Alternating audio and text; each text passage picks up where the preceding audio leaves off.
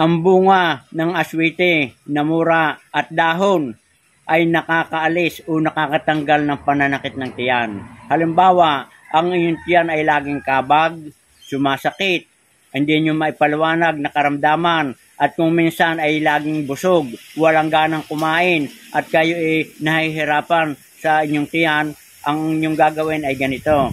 Kumuha kayo ng murang bunga ng aswete, dahon, at inyong gayatin ng pino, at pag nagayat ay ating dikdikin sa almeres. At pag nadikdik, paisin natin sa dahon, lagyan ng kaunting langis ng niyog, at pag mainit pa ay ihagod sa parting apektado na sumasakit ang tiyan.